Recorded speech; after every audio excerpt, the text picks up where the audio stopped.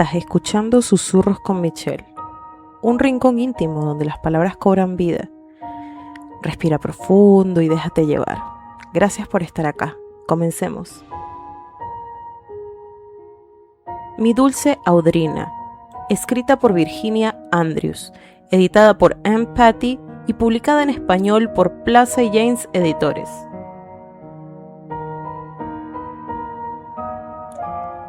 Leones y corderos. Un día oí al hombre de repartos especiales decirle a mamá: «Es un estupendo día de primavera, ¿no le parece? En caso contrario no hubiese sabido que nos encontrábamos en primavera. Los árboles aún no habían echado yemas y los pájaros no cantaban. Me alegré de saber la estación, aunque no el mes, pero me avergonzaba mucho tratar de preguntar en qué mes nos encontrábamos. Y que la gente me mirase con piedad.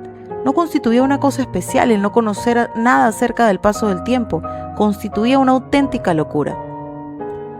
Tal vez por ello estuviesen tan avergonzados para contarme por qué había muerto la primera Audrina. A lo mejor ella también estuviese loca. Atreviéndome a recibir su burla, corrí detrás del repartidor y le hice aquella pregunta tan tonta. Pues estamos en el mes de marzo, niña, que ha llegado como un león, pero pronto se convertirá en un cordero. Hacía frío. El viento era fuerte y todo esto podía asociarlo con facilidad con un león. Al día siguiente me desperté y el sol ya había salido, las ardillas y los conejos jugueteaban por nuestro césped y todo marchaba bien en el mundo, según papá y según mamá. La cena terminó al día siguiente mientras papá le vociferaba a Vera: «¡Sal de la cocina! He estado oyendo cosas respecto de que te han atrapado llevándote fotos puercas de la tienda. Y cualquier chica que roba cosas así demuestra que cuando el río suena, agua lleva». No he hecho nada, papá», respondió Vera entre sollozos. Más tarde en mi cuarto me soltó: «Dios me ha castigado con unos huesos frágiles y a ti con un frágil cerebro. Pero entre las dos yo soy la que lleva la mejor parte». Pero luego comenzó a llorar. «Papá no me quiere como te ama a ti. Te odio, Audrina, realmente te odio». Quedé desconcertada. Yo era realmente la hija de papá y por ello me amaba más a mí. Traté de decírselo. «¡Tú!», gritó. «¿Quién sabe nada al respecto? Las niñas mimadas, estropeadas y consentidas como tú son demasiado buenas para el mundo. Pero al final seré yo quien llegará arriba de todo. No tienes más que esperar y ver». Decidida a pasar a la acción, fui en busca de papá, que parecía terriblemente excitado por algo. No hacía más que pasear de un lado al otro del salón estilo romano, mirando de vez en cuando su reloj de pulsera, pero no quiso ni mirarme cuando yo intenté hacerlo. «¿Qué quieres, Audrina?», me preguntó impaciente. «Quiero hablar acerca de Vera, papá». «Pues yo no quiero hablar acerca de Vera, Audrina», retrocedí. «Aunque no sea tu hija, no debería ser así con ella». «¿Qué te he estado diciendo?», me preguntó con suspicacia. «¿Has tratado de explicarte por qué tuviste aquel sueño?». Mis ojos se abrieron de par en par. No le había contado nunca a Vera mi peor pesadilla. Papá era el único que conocía mis turbulentos sueños. Estaba seguro de que tampoco deseaba que mamá se preocupase acerca de ello. Y aquel sueño era mi maldición y mi vergüenza. Nunca se lo contaría a Vera. Mi cabeza osciló de un lado al otro mientras seguía retrocediendo. «¿Por qué actúas con miedo de tu propio padre? ¿Ha sido esa chica que te ha estado llenando la cabeza con esos locos cuentos?» No, papá». «No me mientas, muchacha. Puedo saber cuando me mientes, pues tus ojos te delatan». Aquel mal humor que manifestaba me hizo dar la vuelta y echar a correr. Tropecé con cosas tales como unas perchas con abrigos y unos paragüeros, y finalmente me dejé caer en un rincón donde permanecí el tiempo necesario para recuperar el aliento. Fue entonces cuando oí a mi tía que avanzaba por el vestíbulo con mi padre a su lado. «No me importa lo que digas, Celia, puesto que hago lo mejor que puedo para curarla. También hago todo lo imposible por Vera, pero no es tan fácil. Dios mío, ¿por qué no has tenido una hija como Audrina?». «Esto es exactamente lo que esta casa necesita», respondió mi tía con frialdad. «Otra Audrina». «Escúchame, Eli, y escúchame bien. Has de mantener a Vera lejos de mi hija. Debes recordarle cada día de su vida a Vera que se mantenga la boca cerrada, o le arrancaré a tiras la piel de la espalda y el pelo del cráneo, si alguna vez averiguo que Vera estaba en cualquier forma conectada». «No lo estuvo. Naturalmente que digo que no lo estuvo». Sus voces se fueron extinguiendo. Me quedé entre las sombras, sintiéndome enferma y tratando de imaginarme qué significaba todo aquello. Vera tenía el secreto de por qué no podía recordar nada. Debía conseguir que Vera me contase, pero Vera me odiaba, nunca me diría nada. De alguna forma debía conseguir que Vera dejase de odiarme. De algún modo tenía que conseguir que yo le agradase. Luego tal vez me contase el secreto de mí misma. A la mañana siguiente, en el desayuno, mamá estaba sonriente y alegre. «Adivina una cosa», me dijo mientras me sentaba a desayunar. «Vamos a tener vecinos. Tu padre ha alquilado aquella casita donde Mr. Wills solía vivir antes de su muerte». Aquel nombre hizo sonar en mí un canilleo familiar. ¿Había conocido yo a Mr. Wills? «Se trasladan hoy», prosiguió mamá. «Si no esperásemos a tu tía Mercy Mary, podríamos andar por los bosques y darles la bienvenida. Junio es un mes encantador». Me quedé mirando con la boca abierta. «Mamá, el repartidor dijo que estábamos en marzo». «No, querida, estamos en junio.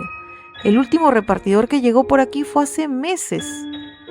Suspiró. «Me gustaría que los grandes almacenes hiciesen el reparto cada día. Tengo que prever algo para cuando Damián regrese a casa».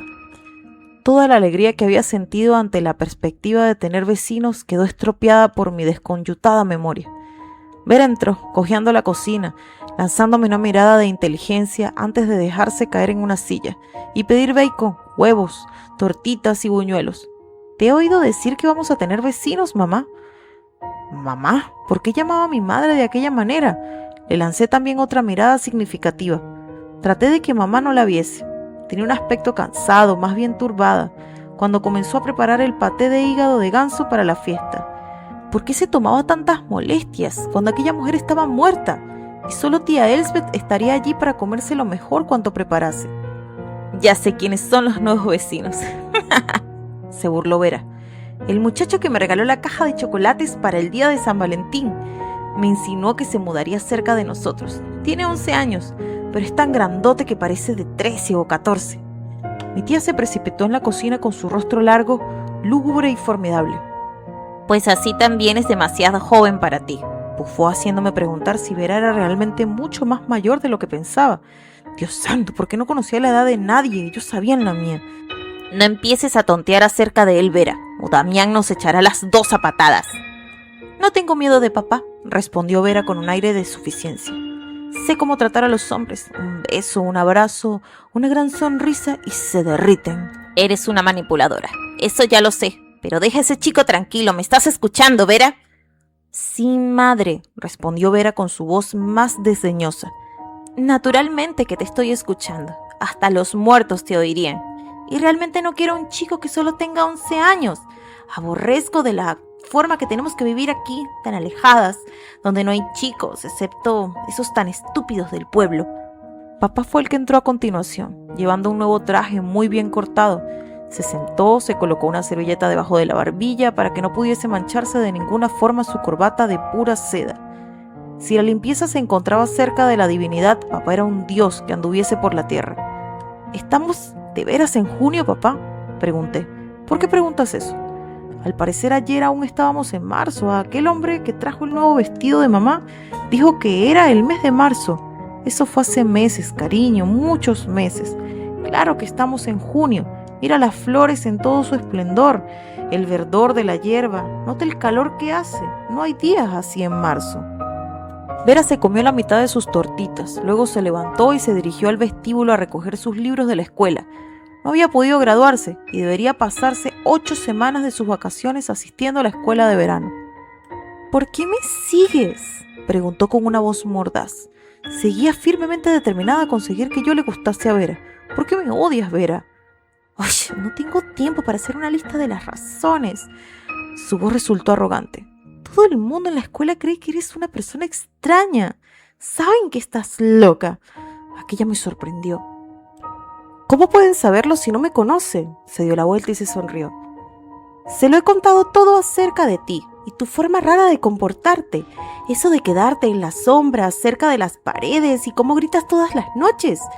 Saben que eres tan especial que ni siquiera sabes el año, el mes o el día de la semana en el que vives». Qué desleal era aquello de propalar los secretos de la familia. De nuevo herida, mi deseo de gustarle se debilitó. No creía realmente que llegase a hacerlo nunca. Me gustaría que no hablases acerca de mí a la gente que no puede comprenderlo. ¿Comprender qué? Eres una completa loca, sin ninguna clase de recuerdos. Claro que te comprenden a la perfección, y nadie, absolutamente nadie, desearía ser amigo tuyo. Algo duro y pesado creció en mi pecho, hasta hacerme daño. Suspiré y me di la media vuelta. Solo deseo conocer lo que todo el mundo sabe.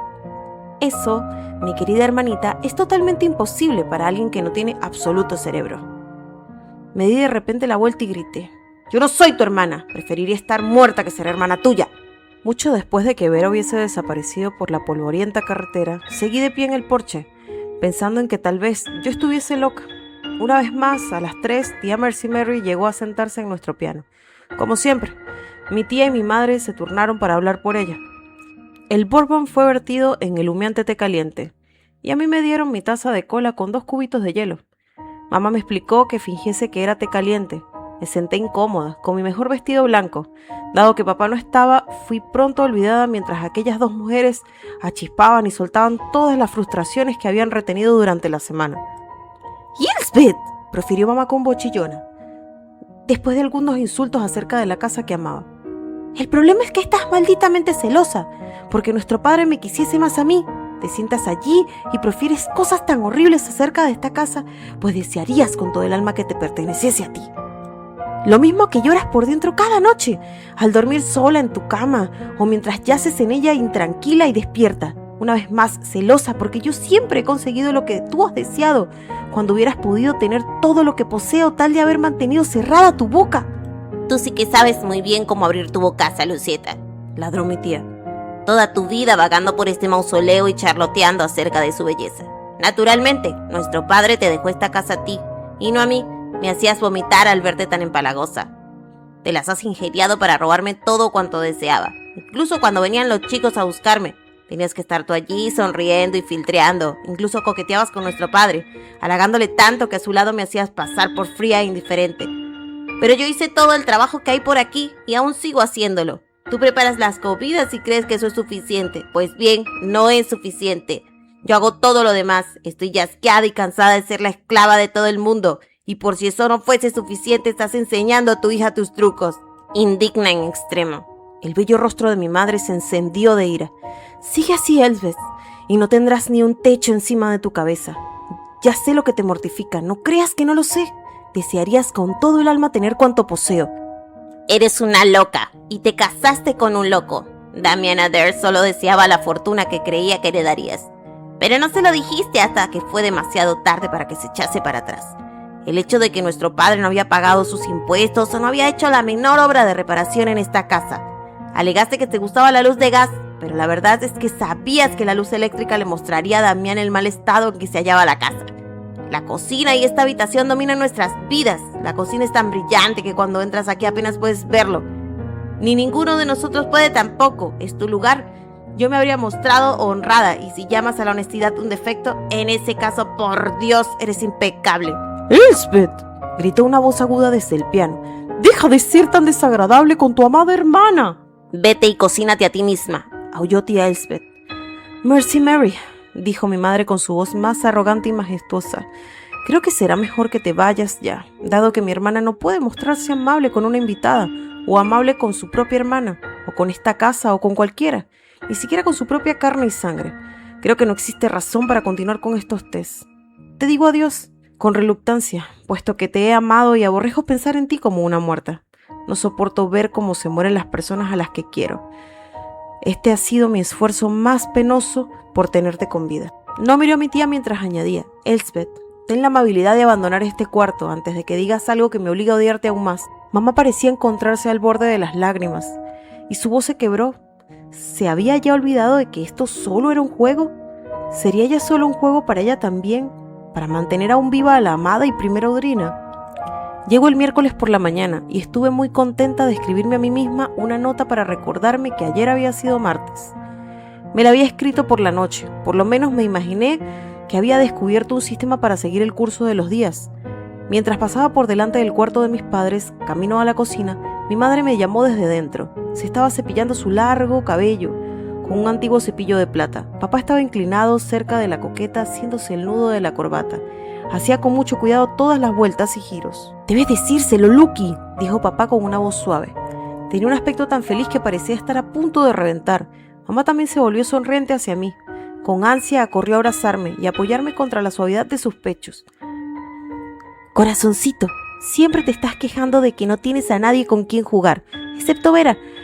Pero este alguien está de camino para librarte de tu soledad. En noviembre próximo o a principios de diciembre vas a tener aquello que has estado deseando desde hace tanto tiempo. ¿La escuela? ¿Me iban a mandar a la escuela? ¡Al fin! ¡Por fin! Cariño, nos habías dicho muchas veces que te gustaría mucho tener un hermano o una hermana. Pues bien, vas a tener una cosa o la otra. No supe qué decir. Se habían desvanecido las visiones de unos días felices en la escuela. Mis sueños eran unos fuegos fatuos que nunca se convertirían en realidad. Luego, mientras permanecía allí de pie y temblando en el círculo de los brazos de mi madre, mi papá se acercó para acariciarme con suavidad mi cabello. Sentí una oleada de inesperada felicidad. ¿Un bebé? ¿Un hermanito o una hermanita? Que seguramente me libraría de toda su atención tan exigente. Luego tal vez quisieran que estuviese fuera de aquella casa y en la escuela, aprendiendo tantas cosas que aún no conocía. Existía una esperanza. Debía haber una posibilidad. Mamá lanzó a papá una larga y perturbada mirada, gravida de un significado sin palabras. Damián, seguramente esta vez tendremos un chico, ¿verdad? ¿Por qué lo planteó así? ¿No le gustaban las niñas? Cálmate, Lucky, las posibilidades están a nuestro favor, esta vez tendremos un niño. Papá me sonrió amorosamente como si leyese mis pensamientos en mis abiertos ojos. Ya hemos tenido una hija muy hermosa y muy especial, y Dios nos debió un hijo. Si Dios le debía un hijo, después de haberse llevado a la primera y mejor Audrina, a la que habían enviado era a mí. Aquella noche de rodillas al lado de mi cama uní las palmas debajo de mi mentón, cerré los ojos y recé. Señor de los cielos, aunque mis padres deseen un niño, no me importaría nada que les enviases una niña. Pero no permitas que tenga unos ojos violetas y un cabello de camaleón como el mío. No hagas que sea nada especial. Resulta tan espantosamente solitario ser especial. Deseo que me hagas corriente y que me concedas una memoria mejor. Si la primera y mejor Audrina está allá arriba contigo, no la uses de modelo, ni a Vera tampoco. Haz un bebé maravilloso, pero no especial, y que no pueda asistir a la escuela. Creí concluir, y comenzaba a decir amén, cuando añadí una postdata. Y Dios mío, apresúrate, y permite que vengan esos vecinos. Necesito un amigo, aunque sea ese chico que no le gusta a Vera. Ahora llevaba un diario, como ayuda de mi falta de memoria.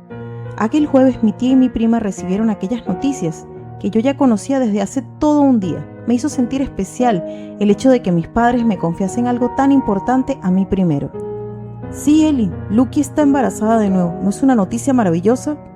Naturalmente, dado que ya tenemos la hija que pedimos, ahora nos gustaría un hijo. Mi tía lanzó a mi madre una expresión de desconcierto.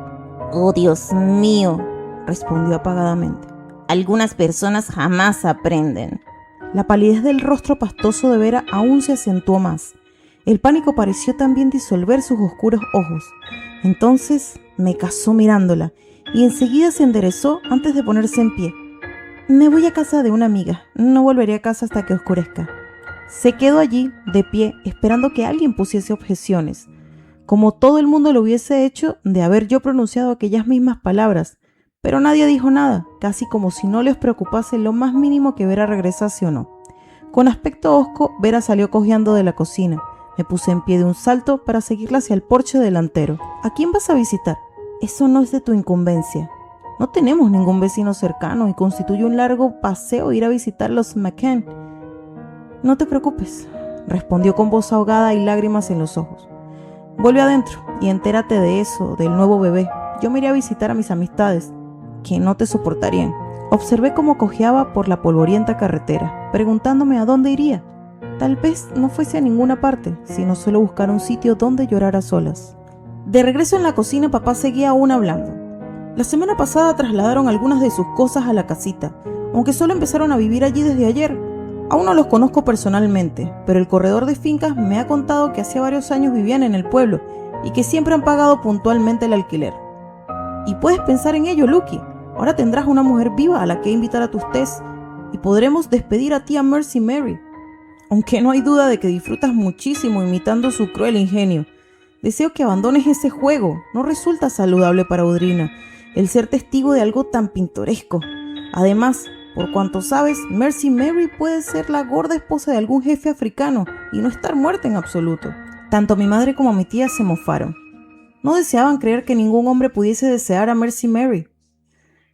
hemos acabado con la hora del té, explicó mamá sobriamente, como si hubiese concluido con toda una vida social ahora que esperaba un bebé.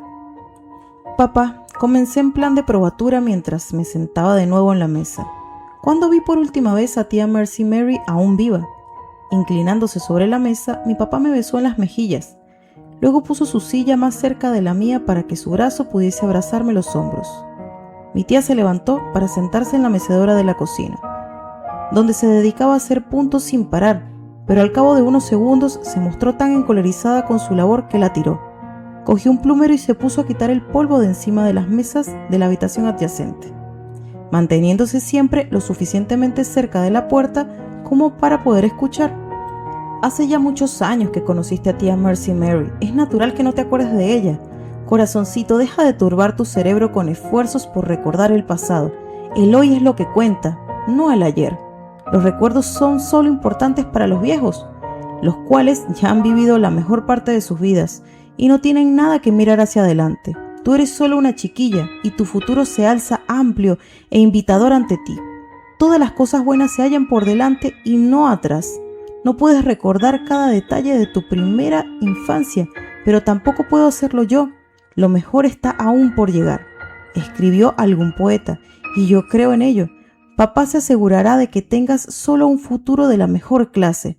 Tus aptitudes cada vez van creciendo más y más, y sabes por qué, ¿verdad? La mecedora. Aquel mueble me estaba proporcionando el cerebro de la primera y mejor Audrina, y me borraba todos los recuerdos. ¡Ay, cómo lo odiaba! Porque no podía seguir muerta en su tumba. No quería su vida, solo la mía propia. Me separé del brazo de papá. No vayas a los bosques, me previno. Tía Elspeth parecía atraída hacia la cocina. Manejaba aquel plumero de una forma tan amenazadora que parecía que iba a azurar a papá con él.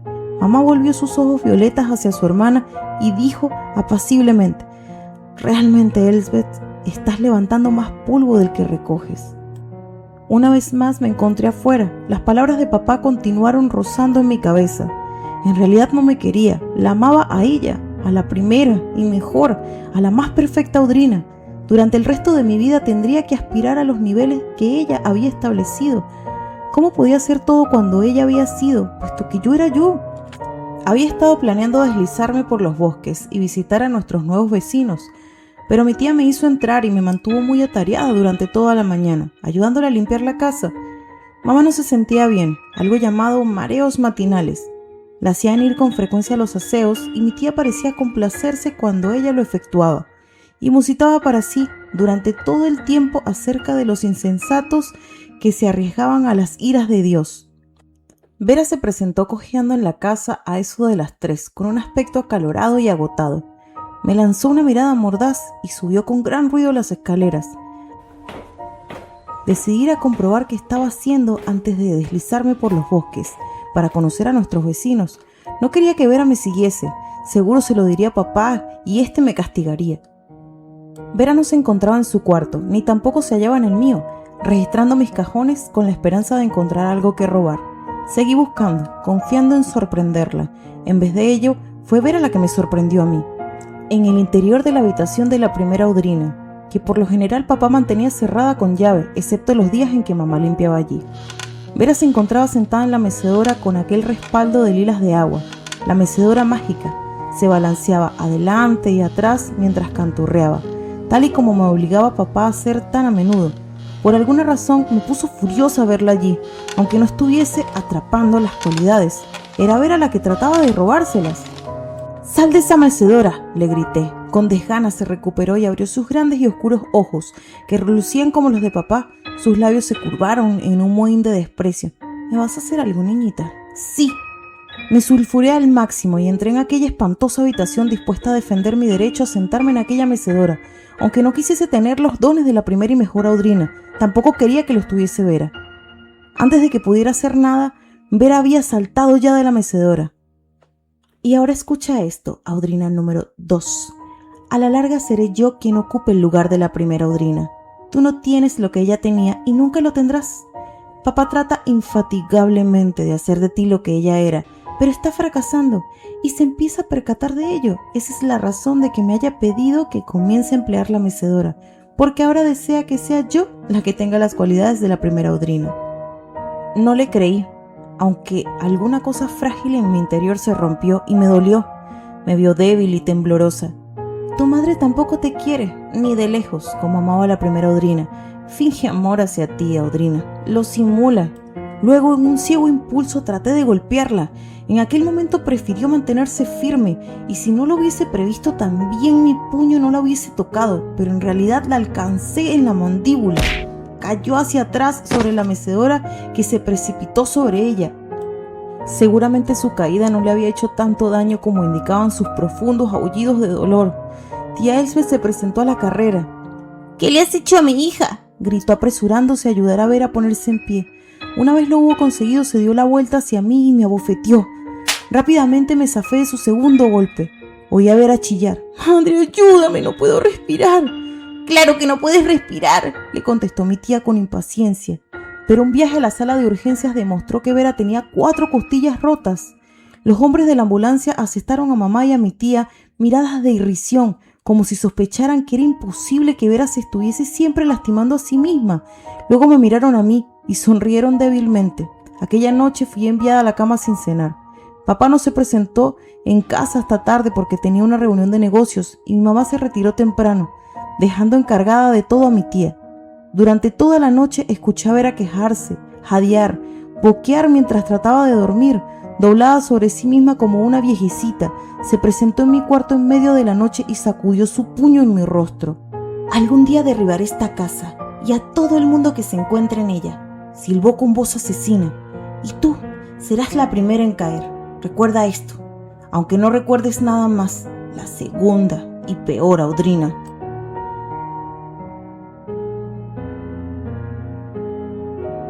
Hasta aquí nuestro susurro de hoy. Gracias por quedarte y dejar que esta historia cobre vida contigo. Nos escuchamos en el próximo episodio.